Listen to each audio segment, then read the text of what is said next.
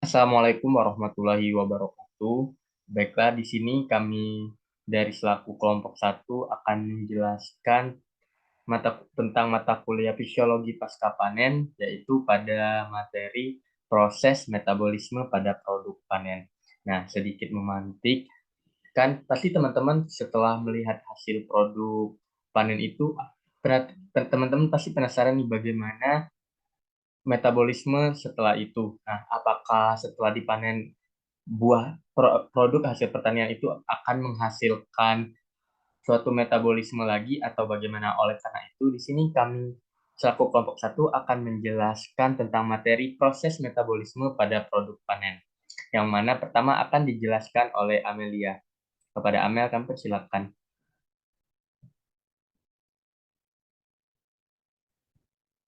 Baiklah, saya di sini akan membahas hal pertama yang biasa terjadi pada proses metabolisme produk panen. Metabolisme ini melibatkan sejumlah aktivitas kimiawi yang ada dalam sel, sejumlah komponen mekanisme spesifik yang dapat mempengaruhi kualitas dari produk panen. Terdapat dua proses sentral dalam mengendalikan semua metabolisme di dalam tanaman. Fotosintesis mengumpulkan dan menyimpan energi, sedangkan respirasi menggunakan energi yang tersimpan.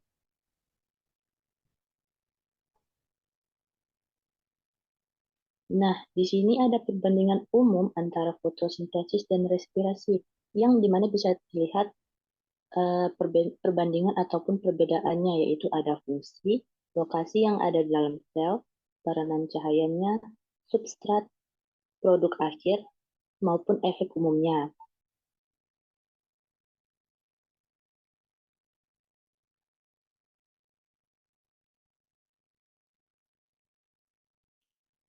Nah, respirasi sendiri merupakan suatu proses sentral dalam sel yang hidup berhubungan dengan pelepasan energi melalui pemecahan senyawa karbon dan pembentukan kerangka karbon, penting untuk pemeliharaan reaksi sintetis setelah panen. Dari sudut pandang pasca panen ini, laju respirasi itu penting karena pengaruh utamanya yaitu menyebabkan perubahan pada semua laju metabolisme tanaman atau bagian tanaman lainnya.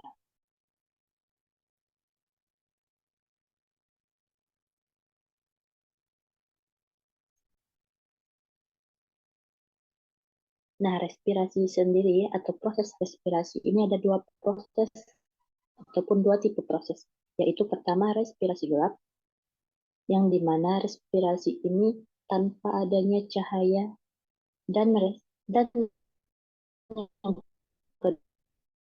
kedua adalah fotorespirasi, yaitu respi dalam keadaan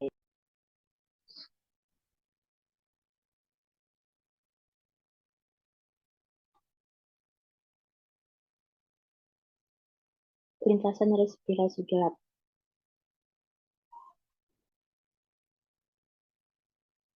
Selama masa pertumbuhan prapanen pada suatu tumbuhan, sebagian besar karbon itu terserap selama fotosintesis, kemudian disimpan melalui reaksi sintesis. Nah, selama masa pertumbuhan ini pula, jumlah substrat seperti gula heksosa tidak dioksidasi sempurna menjadi CO2, tetapi melalui lintasan khusus, karbon diubah menjadi kerangka karbon.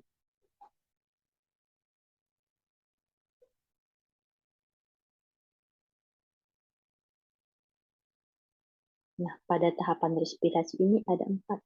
Yang pertama, glikolisis. Yang kedua, siklus asam trikarboksilat atau yang biasa disebut siklus Krebs. Yang ketiga ada transport elektron. Dan yang keempat ada lintasan pentosa fosfat oksidatif.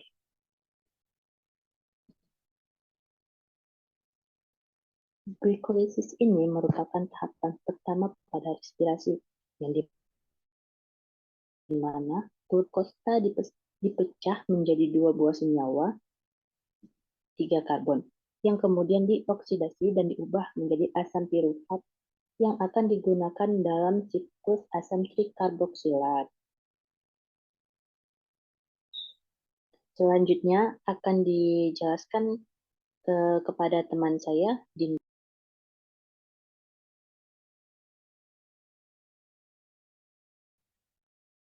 Baiklah teman-teman, di sini saya akan menjelaskan bagaimana mekanisme lintasan glukosa. Glukosa sendiri terjadi di sitosol yang memiliki 10 tahap. Pada tahap pertama yaitu glukosa akan diubah menjadi glukosa non-fosfat. Pada tahap ini enzim yang berperan adalah heksokinase yang akan mentransfer gugus fosfat dari ATP ke glukosa sehingga menjadi glukosa 6-fosfat. Pada tahap inilah ATP pertama kali digunakan. Pada tahap kedua, glukosa 6-fosfat akan diubah menjadi fruktosa 6-fosfat. Dan pada tahap ini, glukosa 6-fosfat dikonversi menjadi fruktosa 6-fosfat oleh enzim fosfoglukoisomerase. Pada tahap ketiga, fruktosa 6-fosfat diubah menjadi fruktosa 1,6 difosfat. Pada tahap ini, glukosa 6-fosfat dikonversi menjadi fruktosa 6-fosfat diubah menjadi fruktosa 1,6 difosfat dengan enzim fosfofruktokinase yang akan mentransfer gugus fosfat dari ATP. Pada tahap inilah ATP digunakan untuk kedua kalinya. Pada tahap keempat, enzim aldonase memecah fruktosa 1,6 difosfat menjadi 2 gula yang memiliki 3 karbon yang berbeda, yaitu menjadi dihidroksiaseton fosfat atau kita kenal dengan DHAP dan gliseraldehid 3-fosfat atau 3-GP atau yang biasa kita kenal dengan PGAL atau fosfogliseraldehid. Pada tahap kelima terjadi konversi antara DHAP dan G3P di mana pada tahap ini tidak pernah mencapai titik keseimbangan. G3P inilah yang akan digunakan pada langkah berikutnya. Teman-teman, dari tahap 1 sampai 5 dikenal dengan investment fase karena pada tahap inilah ATP digunakan sebanyak 2 buah. Selanjutnya adalah tahap ke-6. Pada tahap ke-6, G3P diubah menjadi 1,3 bifosfogliserat sebanyak 2 buah. Pada tahap ini, enzim yang berperan adalah triosofosfat dehidrogenase. Pada tahap ini terjadi dua reaksi. Yang pertama, G3P dioksidasi melalui transport elektron ke NAD+, sehingga membentuk 2 NADH. Yang kedua, dengan menggunakan energi dari reaksi ini, 2 fosfat akan terikat pada fosfat, sehingga ikatan berperan dalam pembentukan 1,3 bifosfat gliserat. Pada tahap ke-7, 1,3 bifosfogliserat akan diubah menjadi 3 fosfogliserat. Pada tahap ini, 2 fosfat akan ditransfer ke 2 ADP sehingga menghasilkan 2 ATP. Enzim yang berperan pada tahap ini adalah fosfogliserokinase. Pada tahap ke-8, 3 fosfogliserat akan diubah menjadi 2 fosfogliserat dengan bantuan enzim fosfogliseromutase. Pada tahap ke-9, 2 fosfogliserat akan diubah menjadi fosfoenol pirufat atau yang biasa kita kenal dengan PEP dengan menggunakan enzim enolase, dan tahap ini menghasilkan 2 molekul H2O. Pada tahap terakhir, PEP akan diubah menjadi 2 pirufat dengan enzim pirufat kinase. Tahap ini menghasilkan 2 ATP yang berasal dari ADP.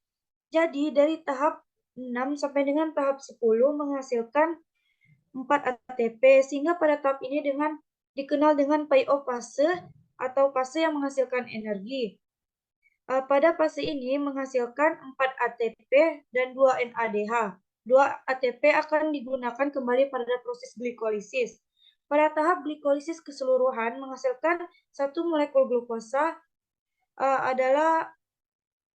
pada tahap glikolisis dihasilkan per 1 molekul glukosa adalah 2 molekul pirufat, 2 NADH, dan 2 ATP.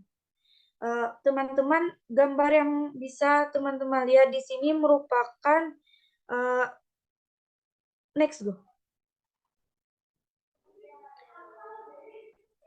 merupakan lintasan EMP. Lintasan EMP ini merupakan ringkasan dari lintasan glikolisis. Next, go.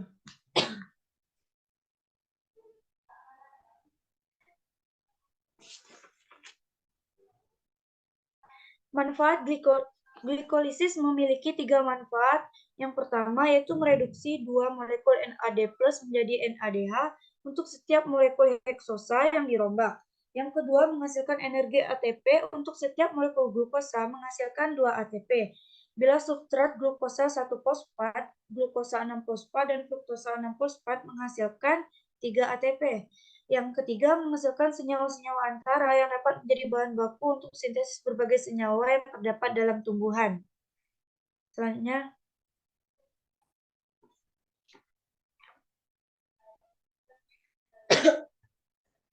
ketika tanaman tidak memiliki oksigen, tanaman bisa melakukan metabolisme fermentatif. Metabolisme fermentasi dapat terjadi melalui fermentasi alkohol atau fermentasi asam laktat. Asam laktat dianggap merupakan produk akhir fermentasi yang relatif lebih berbahaya dibandingkan dengan alkohol, dikarenakan akumulasi laktat berdampak pada penurunan pH sitosol.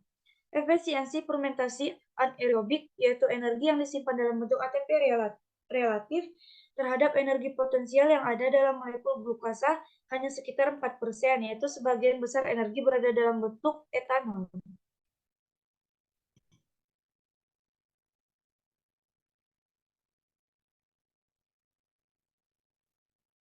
Ketika buah melakukan fermentasi, maka energi yang diperoleh lebih sedikit persatuan substrat dibandingkan dengan cara respirasi. Oleh karena buah melakukan fermentasi untuk memenuhi kebutuhan energinya, diperlukan substrat yang lebih banyak, sehingga dalam waktu yang singkat persediaan substrat akan habis, dan akhirnya buah tersebut akan mengalami kematian atau mengalami busuk.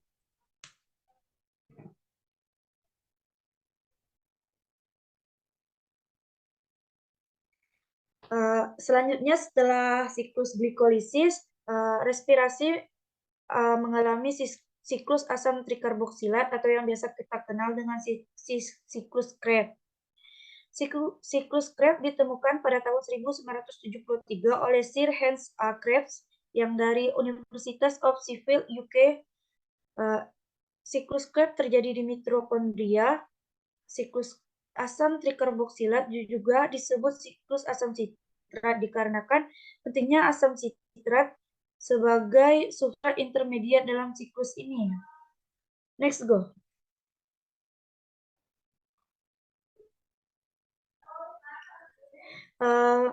Siklus asam sitrat memiliki 8 tahap, di mana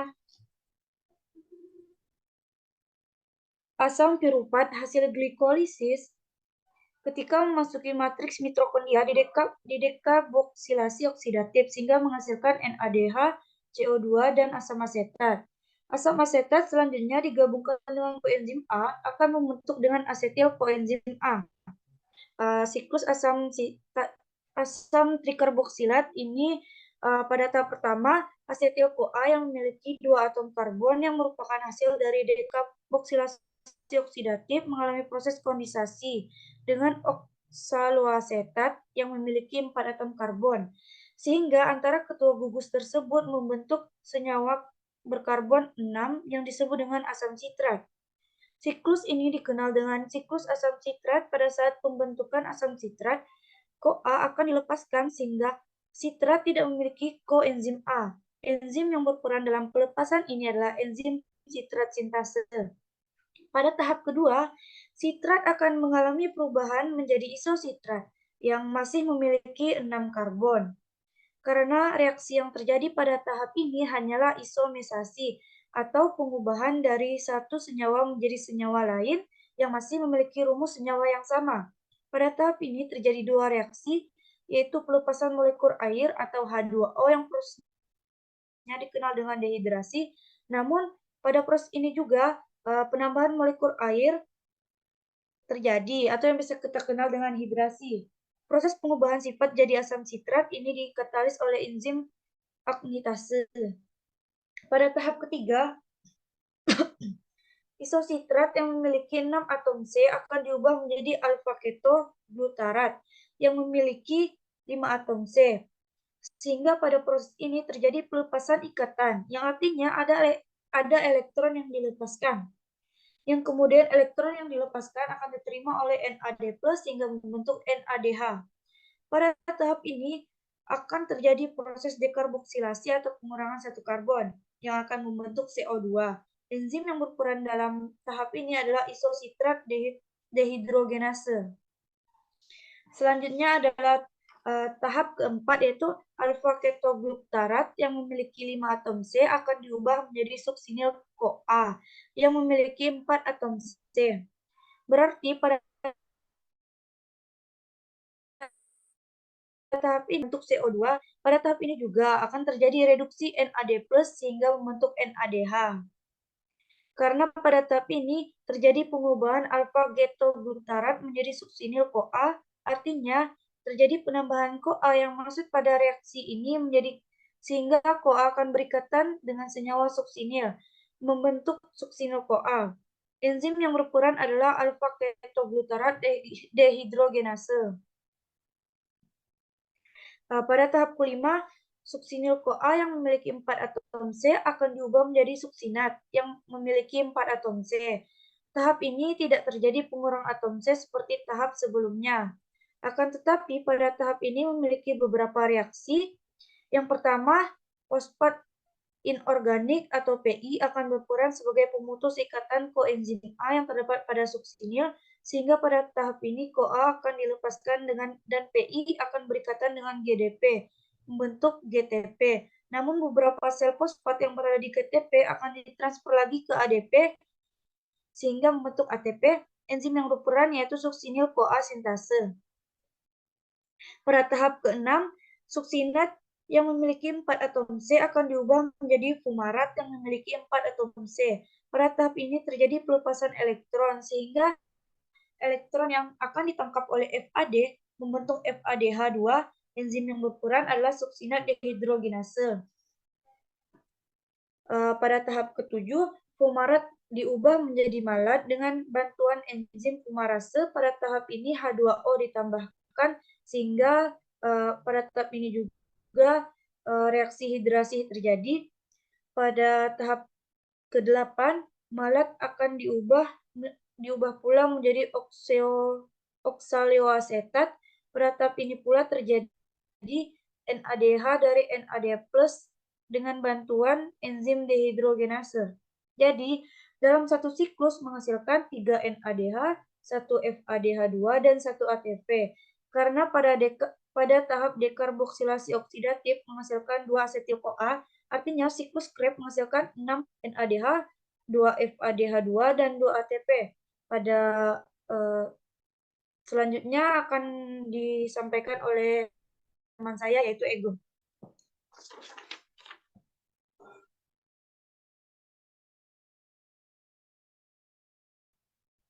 Baiklah, di sini saya akan menjelaskan tentang bagian 3, yaitu transport elektron dan sintesis ATP. Nah, elektron berenergi tinggi yang ditangkap atau diubah, yang ditangkap selama siklus asam trikarbosilat harus diubah menjadi ATP untuk dapat dimanfaatkan. Nah, untuk setiap molekul glukosa yang dioksidasi melalui glikolisis dan siklus Krebs akan dihasilkan 2 NADH dalam sitosol, 8 NADH, dan 2 FADH dalam matriks. Yang mana dalam rumus di bawah ini yaitu NADH ditambah H+ ditambah setengah O2 menjadi NAD+ ditambah H2O. Nah, ini merupakan gambar sintesis. Ini merupakan gambar dari transport elektron, yang mana di sini menghasilkan ada 4 kompleks, yang mana pada kompleks 1 yaitu NADH dihidrogenase, yang mana elektron dari NADH yang dihasilkan dari matriks tersebut selama siklus asam sitrat dioksidasi oleh kompleks 1, yang mana kemudian kompleks 1 ini Yang mana kompleks 1 ini kemudian mentransfer elektron ke ubikonon. Nah, 4 proton kemudian dipompa dari matriks ke ruangan antarmembran untuk setiap pasangnya yang melalui kompleks tersebut. Nah, pada kompleks kedua,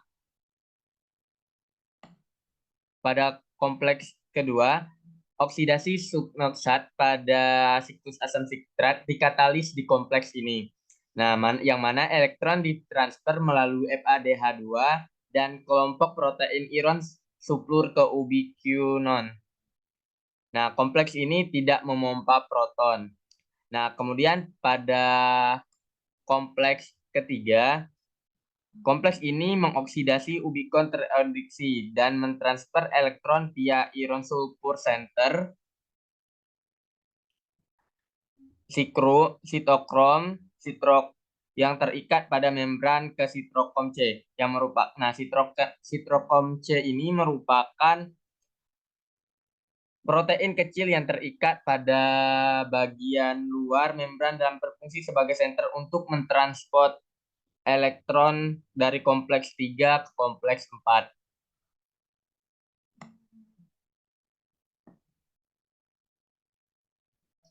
Nah, pada kompleks 4, kompleks ini terdiri atas 2 pusat tembaga, yaitu CUA dan CUB dan sitrokrom A dan A3. Nah, pada kompleks 4 ini merupakan terminal oksidase yang membawa 4 elektron untuk mereduksi untuk membentuk 2 molekul H2O, 2 proton dipompa untuk setiap pasangnya. Nah, dalam proses fosforilasi oksidatif, transport elektron dari kompleks 1 sampai kompleks 4 ke oksigen diikuti oleh pembentukan ATP. Nah, pada mitokondria ATP berdasarkan konsep koosmosis, membran dalam mitokondria bersifat impermeable terhadap H+.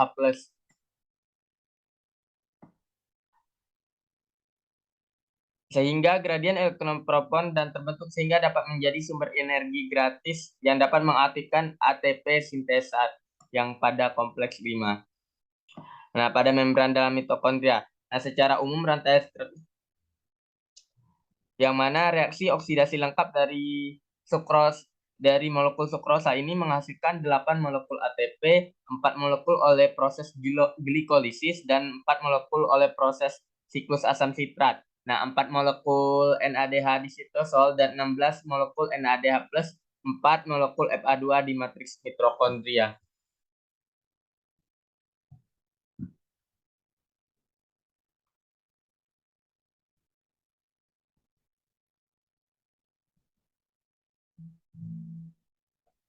Nah, selanjutnya merupakan siklus Krebs.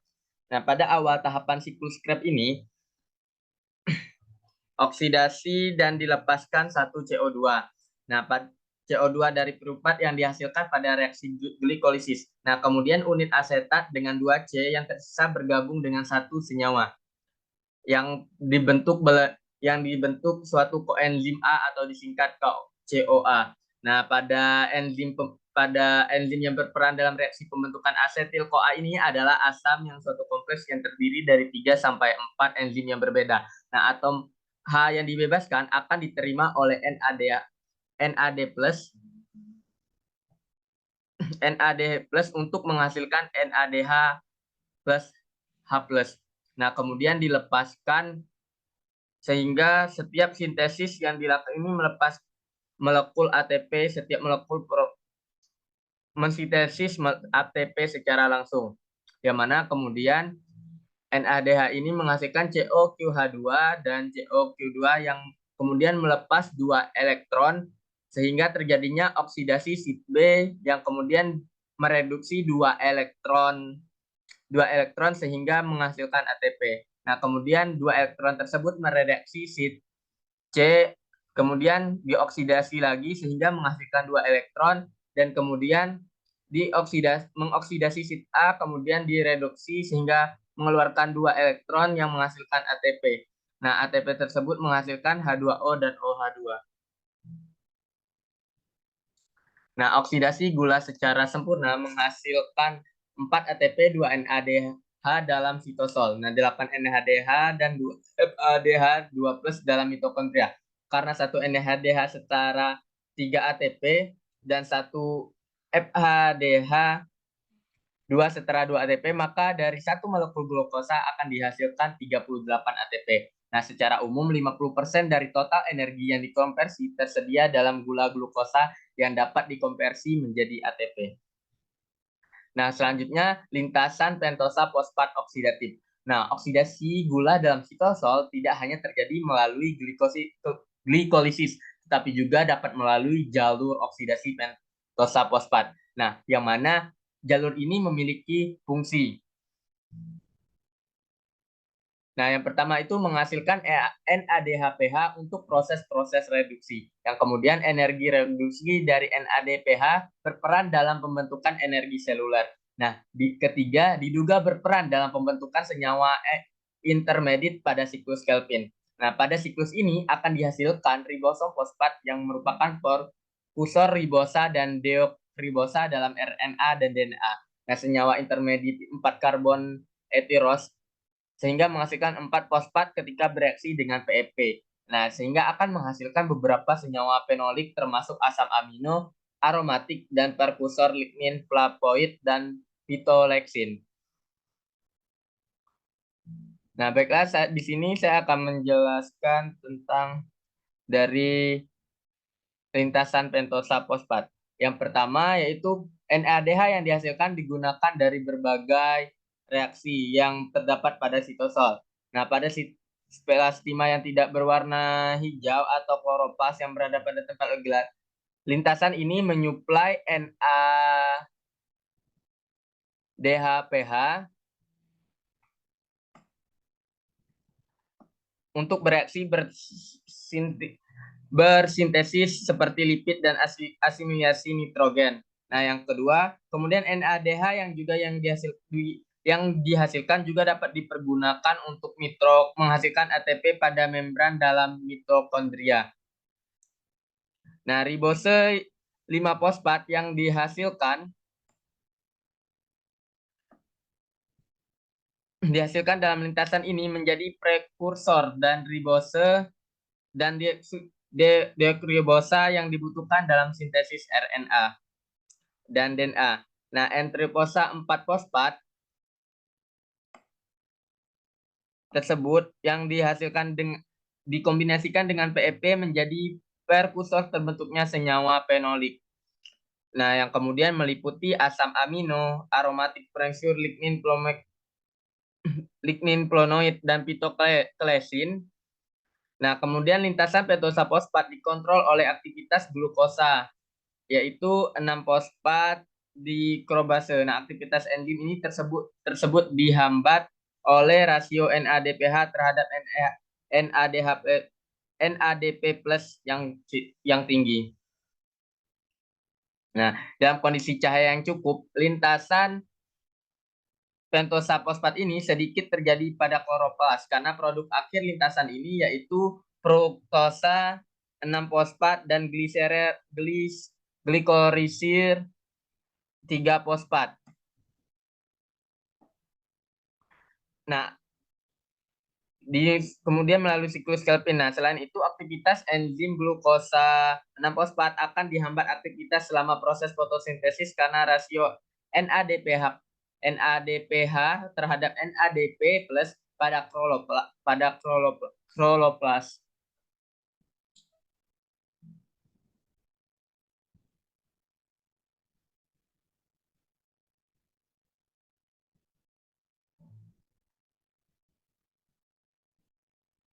Nah, kemudian ini merupakan fase selanjutnya yaitu pada fase ini terdapat 2 jalur. Yang pertama itu ada fase oksidatif di mana NADH dihasilkan dan yang kedua ada sintesis gula 5 karbon non oksidatif. Bagi sebagian besar organisme, jalur pentosa fosfat ini terjadi pada sitosol pada tumbuhan. Sebagian besar langkahnya berlangsung di plastisida.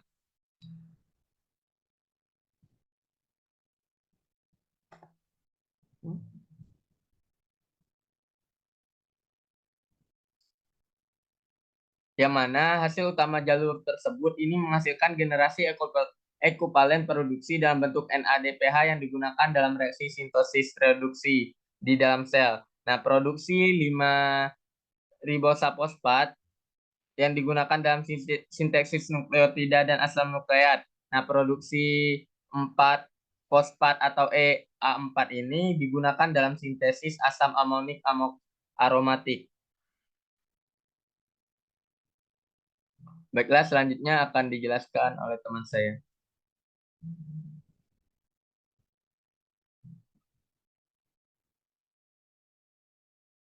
Baiklah, di sini saya akan menjelaskan tentang fotorespirasi. Pengambilan karbon melalui fotosintesis dan kehilangan karbon melalui respirasi dapat dilihat sebagai proses perlawanan di dalam jaringan yang mengandung klorofil. Pertumbuhan dicapai apabila kehilangan karbon dapat dikurangi yang terjadi ketika konsentrasi CO2 berada di atas titik kompensasi CO2. Pada hampir semua spesies, diketahui bahwa laju respirasi pada jaringan yang mengandung klorofil diukur. Laju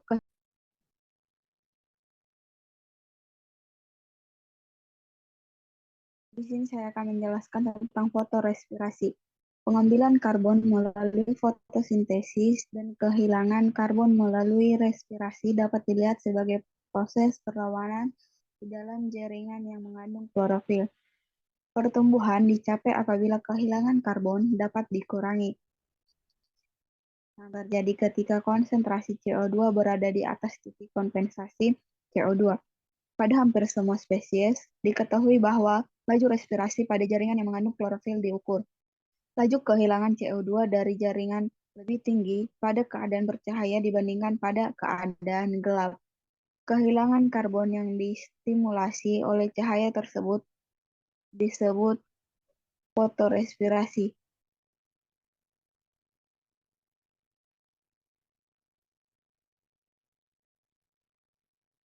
Pengaruh respirasi. Pengaruh sekunder dari respirasi pada produk panen adalah penggunaan substrat pada organ penyimpanan, konsumsi oksigen dari lingkungan sekitarnya, produksi CO2, air, dan panas.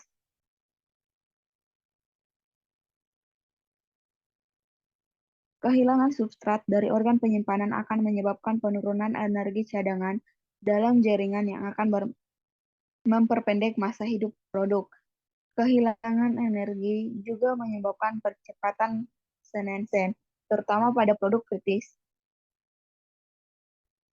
seperti daun, bunga, dan struktur lainnya yang tidak berfungsi sebagai penyimpanan energi.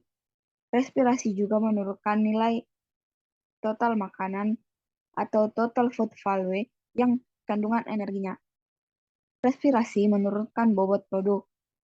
Kehilangan oksigen akibat digunakan pada respirasi akan menyebabkan kondisi anaerob yang memacu respirasi anaerobik yang mempercepat pembusukan produk.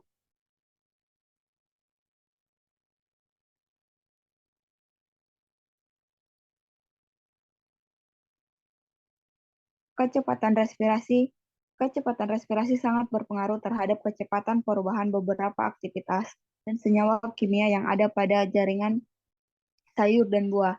Maka hal tersebut juga berpengaruh terhadap daya simpan buah dan sayur selama penanganan pasca panen.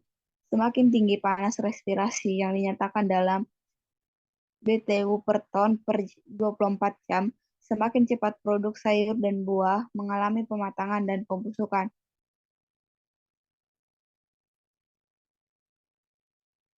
Faktor yang mempengaruhi laju respirasi ada 10, yaitu yang pertama konsentrasi oksigen di atmosfer, yang kedua kandungan air jaringan, ketiga temperatur, keempat konsentrasi CO2, kelima tipe tanaman atau bagian tanaman, yang keenam kultivar, yang ketujuh ada masa perkembangan, yang kedelapan rasio luas permukaan terhadap volume, yang kesembilan permukaan alami produk panen, dan yang ke-10 kondisi perlakuan prapanen dan penanganan pasca panen.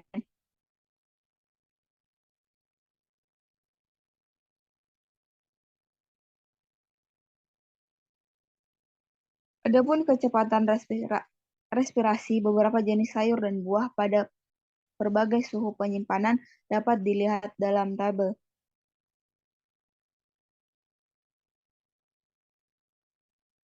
Pengaruh suhu sangat tinggi terhadap kecepatan respirasi. Semakin tinggi suhu penyimpanan, semakin tinggi juga kecepatan respirasi. Oleh sebab itu, pada penyimpanan suhu rendah akan menyebabkan kecepatan respirasi semakin rendah dan kecepatan pematangan juga rendah.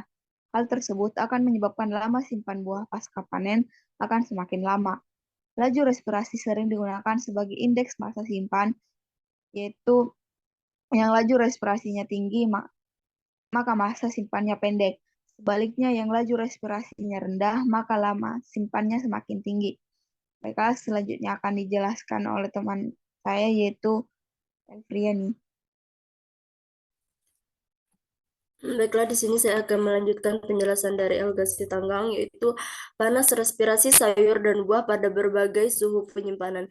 Jadi teman-teman, telah kita ketahui bahwasannya setiap buah-buahan dan sayuran memiliki suhu optimum penyimpanan yang berbeda-beda untuk menghambat penuaan dan pematangan yang telah kita ketahui pada tabel berikut ini. Bahwa pada komoditi apel, kacang, kubis, wortel, seledri, jagung manis itu memiliki suhu penyimpanan yang berbeda-beda. Selanjutnya, terdapat dua tipe laju respirasi, yaitu klimaterik dan non-klimaterik. Klimaterik didefinisikan sebagai suatu fase yang kritis dalam kehidupan buah, dan selanjutnya terjadi proses ini banyak sekali perubahan yang berlangsung. Di samping itu juga dapat diartikan sebagai suatu keadaan autosimulation dari dalam buah, sehingga buah menjadi matang yang disertai dengan adanya peningkatan proses respirasi. Selain itu, klimaterik dapat diartikan sebagai suatu masa peralihan proses pertumbuhan menjadi layu. Selanjutnya, dari semua pengertian tersebut dapat disimpulkan bahwa klimaterik adalah suatu periode mendadak yang unik bagi buah-buahan tertentu di mana selama proses itu terjadi serangkaian perubahan biologis yang diawali dengan proses pembuatan etilen. Proses ini ditandai dengan mulanya proses pematangan. Jadi secara sederhana, pengertian dari klimaterik adalah jenis buah yang cepat mengalami pematangan dan pembusukan karena gas etilen yang dihasilkan. Artinya, produk dengan laju respirasi tinggi cenderung cepat mengalami kerusakan. Percepatan respirasi ini juga mengakibatkan oleh keberadaan gas etilen. Jadi, kesimpulannya, etilen adalah senyawa organik sederhana yang berfungsi sebagai hormon pertumbuhan, perkembangan, dan kelayuan.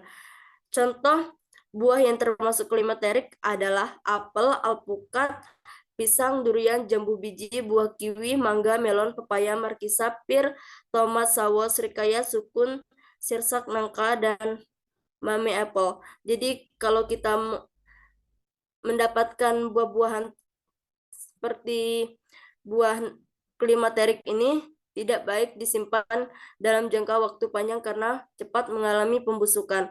Selanjutnya yaitu tipe laju respirasi non-klimaterik. Definisikan sebagai kelompok buah-buahan yang selama proses pematangan tidak terjadi lonjakan drastis kecepatan respirasi, sehingga karena tidak terjadi kecepatan respirasi maka memungkinkan daya simpan produk lebih lama.